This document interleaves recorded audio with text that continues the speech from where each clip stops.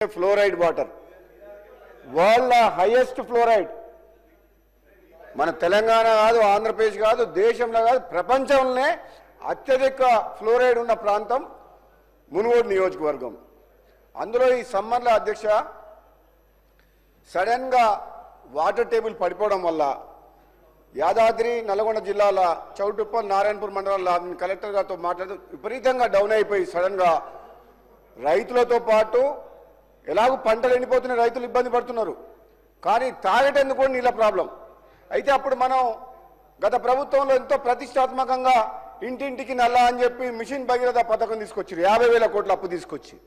ఆ పథకానికి పైలాన్ ఎక్కడేసిందంటే రాష్ట్రానికి సంబంధించిన పైలాను చౌటుప్పల పట్టణంలోనే పెద్ద పైలాన్ కట్టిండ్రు మిషన్ భగీరథది. దురదృష్టం ఏంటంటే పైలాన్ కట్టిన పట్టణంలోనే మంచినీళ్ళు లేవు.